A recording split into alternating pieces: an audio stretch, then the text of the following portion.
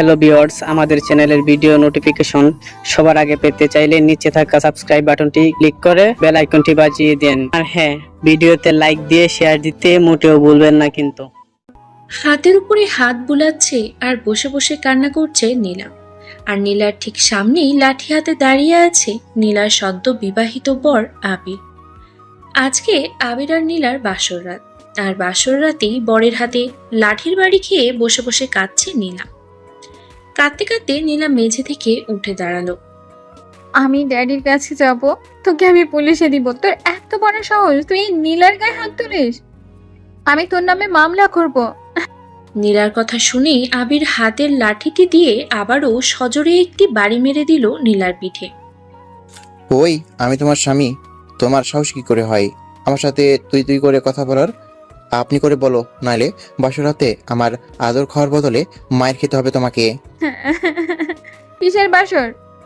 কিসের বাসর রাত? কিসের আদর? আমি তোর মতো ছোট লোককে নিজের বর হিসেবে কখনোই মানবো না। আমি ড্যাডির কাছে যাব। চুপ, একদম চুপ। ভালোই ভালোই বলছি, একদম চুপ করো। আর ভালো বইয়ের মতো আমার কথা শোনো, নাইলে লাঠির বাড়ি একটাও নিচে পড়বে না। আবিরের কথা শুনে নীলার কান্নার আওয়াজ যেন আরো বেড়ে গেল। এর আগে কখনোই কারোর হাতে মায়ের খায়নি নীলা, তবে বাসর রাতেই যে তাকে বরের হাতে মায়ের খেতে হবে এটা তার ভাবনার বাইরে ছিল। লাল টুকটুকে রঙের পাথরের কারুকাজ করা লম্বা লেহেঙ্গা আর লাল ওড়না পরে বধূর সাজে বসে আছে নীলা। আজকে সন্ধ্যাতেই বিয়ে হয়েছে তার। ড্যাডির মুখে শুনেছে অনেক বড়লোক ঘরের ছেলের সাথে বিয়ে হচ্ছে তার। ছেলেটাকে দেখতেও বেশ হ্যান্ডসাম, যদিও এগুলো সব ড্যাডির মুখেই শুনেছে নীলা। ছেলেকেও ও দেখেনি একবারও, কারণ ড্যাডির উপরে তার অগাধ বিশ্বাস ছিল। সদ্য বিবাহিত বরকে নিয়ে কত শত স্বপ্ন আঁকছিল নীলা এতক্ষণ। বিয়ের পরে কোথায় হানিমুনে যাবে, কোন 5 স্টার হোটেলে ক্যান্ডেলাইট ডিনার করবে প্রতিদিন, কোন শপিং মল থেকে দামি দামি শপিং করবে, এসব নিয়েই আকাশ পাতাল ভাবছিল নীলা। হঠাৎ নীলার ভাবনায় ছেদ পড়ল দরজা খোলার শব্দে। নীলা এমনিতে অন্য মেয়েদের মতো খুব একটা লজ্জা পায় না, তবে বাসর রাত বলে কথা, তাই না চাইতেও একটু লজ্জা চলেই আসে। বরকে রুমে ঢুকতে দেখে মাথার ঘোমটাটা আরেকটু টেনে নিয়ে গুটিসুটি মেরে বসে রইল নীলা। নীলার সদ্য বিবাহিত বর নীলার সামনে এসে দাঁড়িয়ে রাগী গলায় বলল, বাসর ঘরে বর রুমে ঢুকলে সালাম দিতে হয়, এটা কি তোমায় কেউ শিখিয়ে দেয়নি নীলা? আবিরের কণ্ঠ শুনে হকচকিয়ে উঠে মাথার ঘুমটাটা সরিয়ে ফেলে নীলা, কারণ কণ্ঠটা ওর খুব চেনা। বরের বেশে আবিরকে সামনে দেখে মাথায় যেন আকাশ ভেঙে পড়ে ওর। আবিরের মতো একজন গরিব ছোট লোকের সাথে ওর বিয়ে হয়েছে ভাবতেই যেন পাগল পাগল লাগছে নীলা। নীলা দ্রুত বিছানা ছেড়ে নিচে নেমে অবাক হয়ে বলল, আবির, তুমি এখানে? আমার বর কোথায়? তুমি আমার বাসর ঘরে কি করছো? বারে, নিজের সদ্য বিবাহিত বরকে জিজ্ঞেস করছো যে সে তোমার বাসর ঘরে কি করছে? বলি, বাসর ঘরে বর না থাকলে বাসর করবে কার সাথে শুনি? এখন সময় নষ্ট না করে আমায় সালাম করো জলদি। তুমি আমার বর হতেই পারো না। আমার তো বিয়ে হয়েছে বিশাল বড়লোক ছেলের সাথে, আর তুমি তো একজন ভিখারি। বলো আমার বর কোথায়? আমি আমার বরের কাছে যাব। কবুল বলার সময় তুমি হয়তো বরের নামটা ঠিক করে শোনোনি নীলা, তাই এমন আবল তাবল বকছো। তোমার বিয়ে কোনো বড়লোক ছেলের সাথে হয়নি, বরং আমার মতো এই ভিখারির সাথেই হয়েছে। অসম্ভব, এটা হতেই পারে না। আমি মানি না তোর মতো ভিখারিকে আমার বর হিসেবে। আমি চলে যাবো এক্ষুনি, এই মুহূর্তে। আমি চলে যাবো এখান থেকে। ড্যাডি আমার সাথে এমনটা করতেই পারে না। কথাগুলো বলেই দরজার দিকে পা বাড়ালো নীলা। সাথে সাথে রুমের এক কোণায় একটা লাঠি রাখা ছিল, সেটা হাতে নিয়ে নীলার হাতে বাড়ি মেরে দেয় আবির। লাঠির বাড়ি খেয়ে চিৎকার দিয়ে নিচে বসে পড়ে নীলা। তারপরের ঘটনা তো প্রথমেই বলা। ওইভাবে বসে বসে ন্যাকা কান্না না করে এখানে এসে আমার পা টিপো জলদি। বিছানার উপরে শুয়ে পড়ে নীলার দিকে তাকিয়ে অপরের কথাটা বলল আবির। আবিরের কথা শুনে নীলা কাঁদতে কাঁদতে নাক টেনে টেনে বলল, আমি পা টিপতে পারবো না। আমি ড্যাডির কাছে যাব। তোকে আমি পুলিশে দেবো। তুই মিথ্যা বলে আমায় বিয়ে করেছিস। তোকে আমি স্বামী হিসেবে মানি না। নীলার কথা শুনে লাঠিটা হাতে নিয়ে আবির রাগী গলায় বলল, তবে রে, 2টা বাড়ি খেয়ে পেট ভরেনি তাই না? আরো কয়েকটা লাগাবো নাকি? কথাটা বলেই বাড়ি মারার জন্য লাঠিটা উঁচু করে ধরলো আবির। সাথে সাথে ভয়ে চোখ বন্ধ করে নীলা চিৎকার করে বলল, দিচ্ছি দিচ্ছি, আমি পা টিপে দিচ্ছি। আর মেরো না প্লিজ। এই তো আমার ভালো বউ, তাহলে আর বসে না থেকে এসে কাজে লেগে পড়ো। কথাটা বলেই বিছানায় গিয়ে শটাং হয়ে শুয়ে পড়ল আবির। না চাওয়া সত্ত্বেও বাধ্য হয়ে নাক টানতে টানতে আবিরের কাছে গিয়ে আবিরের পা টিপতে লাগলো নীলা। পা টিপছে আর নাক টেনে টেনে কান্না করছে নীলা। সেদিকে আবিরের কোনো খেয়াল নেই। সে আরামে শুয়ে থেকে বইয়ের পা টিপা দেওয়া মজা উপভোগ করছে। বেশ কিছুক্ষণ পা টেপার পরে নীলার এক হাত ধরে হ্যাঁচকা টান দিল আবির। হ্যাঁচকা হাতে এমন টান পড়ায় তাল সামলাতে না পেরে আবিরের বুকে আছড়ে পড়ল নীলা। সাথে সাথেই আবির নীলাকে শক্ত করে জড়িয়ে ধরল। ওই একদম নড়াচড়া করবা না, আমি এখন ঘুমাবো। ঘুমাবি তো ঘুমা না, আমাকে ছাড়। বেড়া ছোট লোক, আমি তোর সাথে ঘুমাবো না। লাঠিটা কি তাহলে আবারও আনবো? ভালোই ভালোই আমায় ঘুমাতে দাও, আর নিজেও ঘুমাও। নাইলে সারা রাত ধরে না ঘুমিয়ে আমার পা টিপতে হবে, আর লাঠির বাড়ি খেতে হবে তোমায়। আবিরের কথা শুনে শব্দ করে কাঁদতে লাগলো নীলা। ও ড্যাডি গো, আমায় এই ছোট লোকের কাছ থেকে নিয়ে যাও, আমি এর সাথে থাকবো না। ওই চুপ, একদম চুপ, নাইলে মাথার উপর তুলে একটা আসর মারবো, বলে দিলাম। চুপ করে ঘুমাও বলছি, চুপ করে ঘুমাও বলছি। কালকে আবার আমাদের আসর বাড়ি যেতে হবে তোমায়। আবিরের কথা শুনে নাক টেনে ধরা গলায় নীলা বলল, আসল বাড়ি মানে? এটা কার বাড়ি তা? তোমার কি মনে হয় নীলা, আমার মতো একজন গরিব মানুষের বাড়ি এটা হবে? আরে এটা তো আমি একদিনের জন্য ভাড়া নিয়েছি তোমায় বিয়ে করব বলে। কালকে তোমার আমার আসর বাড়ি যেতে হবে, আমরা আমার কুড়ে ঘরে। এখন ঘুমাও তো। আবিরের কথা শুনে নীলার মাথায় যেন আকাশ ভেঙে পড়ল। ওর মতো এমন বড় লোকের একমাত্র মেয়ে কি না কুড়ে ঘরে থাকবে? ভাবতেই অবাক লাগছে নীলার। কিন্তু লাঠির বাড়ি খাওয়ার ভয়ে কিছু বলারও সাহস পাচ্ছে না ও। তাই মনে মনে বুদ্ধি করলো আবির ঘুমালে ও চুপি চুপি উঠে পালিয়ে যাবে। মনে মনে এসব ভেবে ঘুমিয়ে পড়ার ভান ধরল নীলা। আবিরও নীলাকে পরম সযত্নে বুকে জড়িয়ে নিয়ে ঘুমিয়ে পড়ল। মার যাতে আস্তে করে চোখ খুলে আবিরের দিকে তাকালো নীলা। যখন বুঝতে পারলো আবির বিভোরে ঘুমাচ্ছে, তখন খুব সাবধানে বিছানা ছেড়ে নেমে গেল নীলা। তারপরে ধীর পায়ে দরজার দিকে পা বাড়ালো। দরজার কাছে গিয়ে দরজার লক খোলার জন্য হাত বাড়াতে নীলার হাতটি খপ করে ধরে ফেললো আবির। কি হলো জানিমান, সদ্য বিবাহিত স্বামীকে ছেড়ে বাসর রাতে বাসর না করে পালিয়ে যাচ্ছ? এটা কি করে মেনে নেই বলো? কে স্বামী? কিসের স্বামী? আমি তোর মতো একটা ছোট লোককে কখনোই আমার স্বামী হিসেবে মানবো না। আমার স্বামী হওয়ার কোনো যোগ্যতা নেই তোর মাঝে। কথাটা বলার সাথে সাথে নীলার গাড়ি ঠাস করে একটা চর বসিয়ে দিল আবির। আবিরের চর খেয়ে ফ্লোরে বসে পড়ল নীলা। আবির নীলার কাছে এগিয়ে গিয়ে নীলার চুলের মুঠি ধরে নিজের দিকে ঘোরালো। স্বামী হিসাবে যখন মানতেই পারবি না, তাহলে আমার সাথে ভালোবাসার নাটক করেছিলি কেন? কেন গ্রাম থেকে আসা একটা সহজ সরল ছেলের বুকে ভালোবাসার তীর মেরেছিলি? কেন আমি বারবার ইগনোর করা সত্ত্বেও আমার পিছু পিছু ঘুরে ঘুরে আমার মনে ভালোবাসার ফুল ফুটিয়েছিলি? আর কেনই বা বিনা দোষে তোর জন্য আমায় জেল খাটতে হয়েছিল? উত্তর দে, উত্তর দে আমায়। কথাগুলো বলেই আবারও নীলার গাড়ে থাপ্পড় মারলো আবির। আবিরের হাতের মার খেয়ে নীলার ঠোঁট কেটে গিয়ে রক্ত পড়তে শুরু করলো। নীলা গালে হাত দিয়ে কেঁদে চলেছে একাধারে। নীলার ঠোঁটে রক্ত দেখে নীলাকে কোলে তুলে নিল আবির।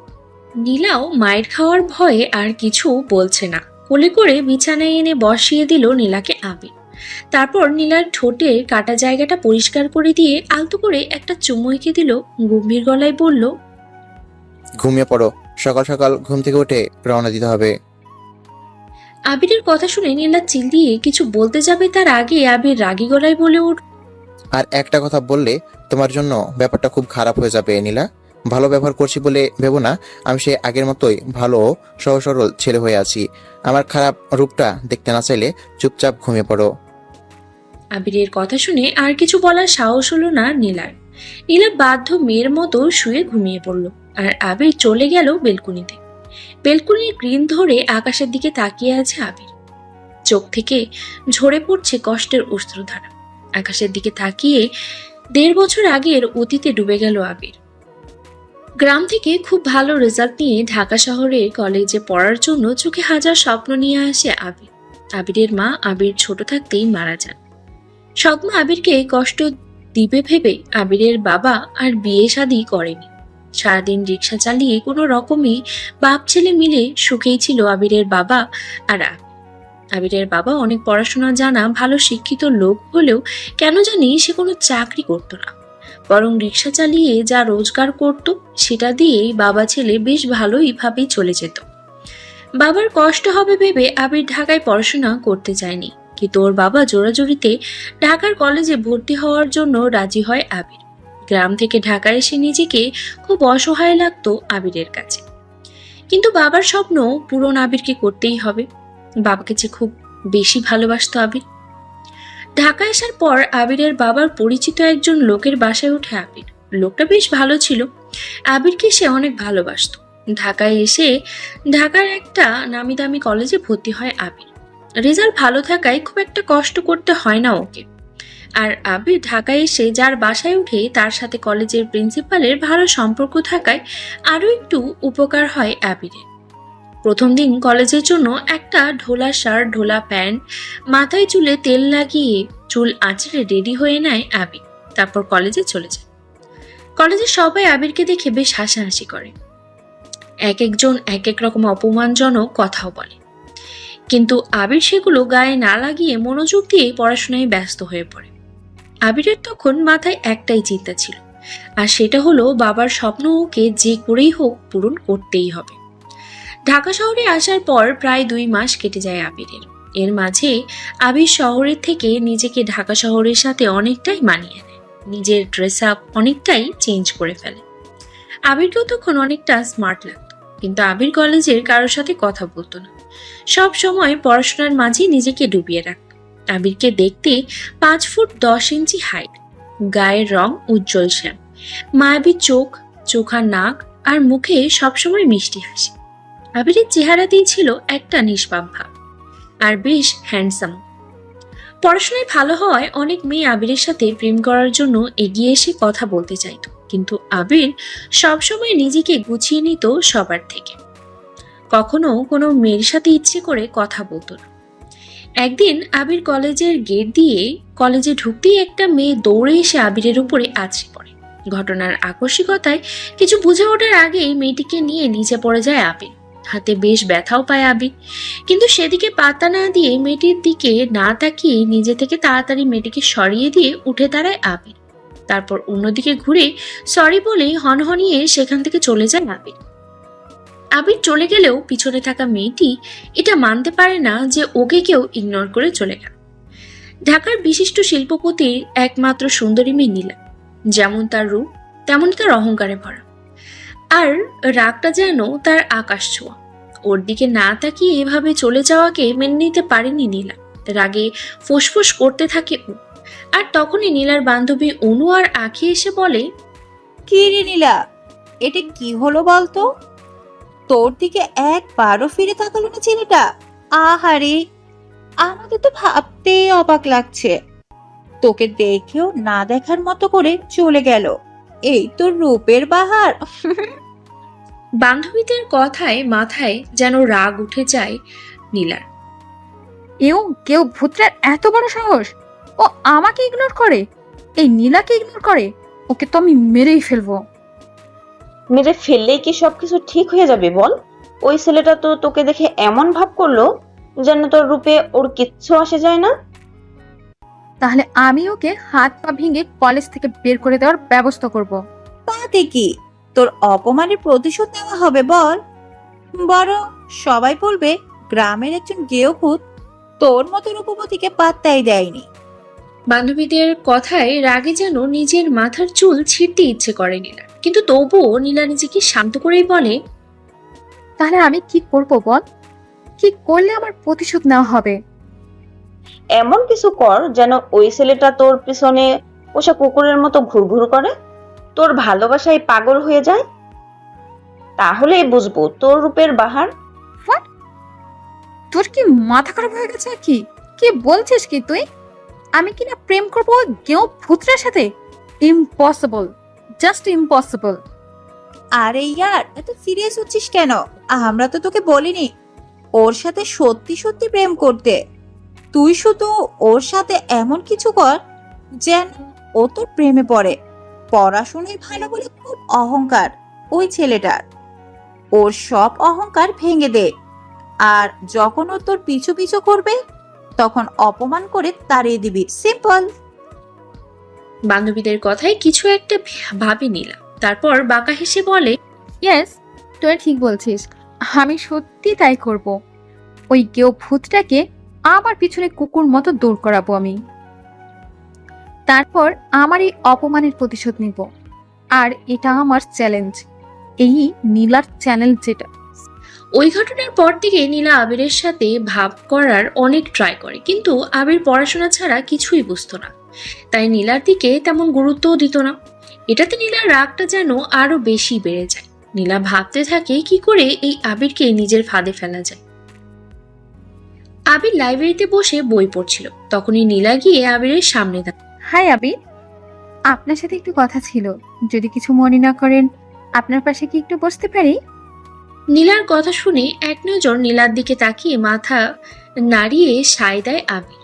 নীলা আবিরের পাশে বসে মিষ্টি হেসে বলে, আসলে আবির, আমি শুনেছি আপনি নাকি কলেজে সবার চাইতে পড়াশোনা অনেক ভালো। বাট আমার মাথায় না এই পড়াশোনার প্যারাটা একদমই ঢুকছে না। আপনার যদি ফ্রি সময় থাকে তাহলে আপনি কি আমাকে একটু টিউশনি পড়াতে পারেন? আপনাকে ভালো বেতন। নীলার কথা শুনে আবিরের মুখে হাসি ফুটে ওঠে, কারণ আবিরও চাইছিল কোনো একটা টিউশনি জোগাড় করতে। কারণ ঢাকা শহরে থাকার খরচটা অনেক বেশি, যে খরচটা দিতে গিয়ে ওর বাবার অনেক কষ্ট হয়ে যাচ্ছে। তাই আবির কিছু না ভেবেই রাজি হয়ে যায়। জি পারবো, তবে আমি বিকেল 4টা থেকে 5টার মধ্যে পড়াতে পারবো। আপনার কি সময় হবে? হবে না? অবশ্যই হবে। আমি তো এই সময়ের অপেক্ষাই করছিলাম। মানে ঠিক বুঝলাম না। ও কিছু না, তাহলে আপনি আজকে বিকেল থেকেই পড়ানো শুরু করুন। আমি আপনাকে পিক করে নিয়ে যাব। আপনার অ্যাড্রেসটা দিন। না না, তার কোনো দরকার হবে না। আপনি বলুন আপনি কোথায় পড়বেন, আমি সেখানে সময় মতো চলে যাব ইনশাল্লাহ। তারপর নীলা নিজের বাসার ঠিকানা আবিরকে দিয়ে দেয়। নীলার বাবা বিজনেসের কাজে দেশের বাইরে থাকায় নীলার আরো একটু সুবিধা হয়। আবিরের মতো নীলার মাও ছোটবেলায় মারা গেছে, তাই নীলাদের বাসায় কাজের লোক ছাড়া আর কেউই থাকতো না। বিকেল 4টার সময় নীলার বাসার সামনেই পৌঁছে যায় আবির। নীলাদের বাসার সামনেই পৌঁছে একদম হাঁ হয়ে যায় আবির। বিশাল বড় নীলাদের বাড়ি, আর গেট দিয়ে ঢুকতেই 4-5টা প্রাইভেট গাড়ি দেখতে পায় আবির। বিশাল বড় দোতলা বাসা, বাসার সামনে অনেকটা বাগানের মতো করে ফুল গাছ লাগানো। আবির বেশ কিছুক্ষণ চারিদিকে চেয়ে চেয়ে দেখতে থাকে। হঠাৎ নীলার ডাকে ধ্যান ভাঙে আবিরের। আবির স্যার, আপনি এসেছেন, আসুন আসুন, ভেতরে আসুন। নীলার ডাকে পিছনে ফেরে আবির। নীলা কালো রঙের একটা সালোয়ার কামিজ পরে হালকা সেজে গুজে আছে, চুলগুলো ছেড়ে রাখা। অনেক সুন্দর দেখতে লাগছে নীলাকে। আবির নীলার দিকে কিছুক্ষণ তাকিয়ে থেকে চোখ নামিয়ে নেয়, তারপর নীলার সাথে ভিতরে চলে যায় পড়ানোর জন্য। নীলা বেশ ভালোভাবেই পড়তে থাকে আবিরের কাছে। ওকে দেখে বা ওর কথা শুনে মনেই হয় না যে ও এত বড় লোক পরিবারের মেয়ে। ড্রেস আপও পরে একদম সাদাসিধে। নীলার এমন ভালো আচরণ আর অহংকার মুক্ত দেখে আবিরের মনে একটা ভালো লাগার সৃষ্টি হয় নীলার জন্য। পড়ানো ছাড়াও নীলা দিনে 4 থেকে 5 বার ফোন করে কথা বলে আবিরের সাথে। এমনকি অনেক কেয়ারও করতে থাকে আবিরের। মাস শেষে 10,000 টাকা তুলে দেয় আবিরের হাতে। আবির নিজে থেকে কখনো টাকা চায় না, কিন্তু নীলা এমন ভাব করে যেন সে আবিরের কষ্ট কমানোর জন্যই এমন করছে। এভাবেই কেটে যায় 3টা মাস। আবির আর নীলা এখন অনেকটাই কাছাকাছি চলে আসে। একদিন ছুটির দিনে নীলা আবিরকে ফোন করে ওর বাসায় ডাকে। আবিরও খুশি হয়ে চলে যায় নীলার বাসায়। আবিরকে অবাক করে দিয়ে নীলা খাঁটি বাঙালি মেয়েদের মতো করে শাড়ি পরে হালকা সেজে সামনে আসে আবির। আবির নীলাকে দেখে একদম পাথর হয়ে যায়। এমনিতেই আবিরের মাঝে ভালো লাগা কাজ করতো নীলার জন্য, কিন্তু সেই ভালো লাগাটা যে কখন ভালোবাসা হয়ে যায় আবির জানতোই না। লাল পাড়ের সাদা শাড়ি সুন্দর করে গ্রামের মতো করে পরেছে নীলা, সাথে কানে বড় বড় একজোড়া ঝুমকো, চোখে গাঢ় করে কাজল, কপালে ছোট্ট একটি লাল টিপ, গায়ে লাল পাথরের নেকলেস, চুলগুলো খোপা করে তাতে লাল টুকটুকে গোলাপ গুজে রেখেছে নীলা। ঠোঁটে পড়েছে গাঢ় করে লাল লিপস্টিক, হাত ভর্তি লাল সাদা মিক্স চুড়ি। এসব মিলিয়ে একদম অসাধারণ দেখতে লাগছে ওকে। আবির নীলাকে এমন সাজে দেখে নিজের জায়গাতেই যেন জমে গেছে। নীলা গুটিসুটি পায়ে আবিরের সামনে এসে দাঁড়ায়। আবির কখনো যেন কোনো ঘোরের মাঝেই রয়েছিল। নীলা আবিরের সামনে হাতের চুড়িগুলো বাজিয়ে বলে ওঠে, কি হলো আবির, কিছু বলবে না আমায়? শুধু কি হাঁ করে দেখেই যাবে? আমার কিছু লজ্জা করছে না? নীলার কথায় ধ্যান ভাঙে আবিরের। আবির বেশ কিছুটা লজ্জা পেয়ে নীলার দিক থেকে চোখ নামিয়ে নেয়। তারপর হালকা কেশে আমায় তুমি ডেকেছো কেন নীলা? আর তুমি আমায় স্যার না ডেকে নাম ধরে ডাকছো কেন? তো আবার তুমি তুমি করে?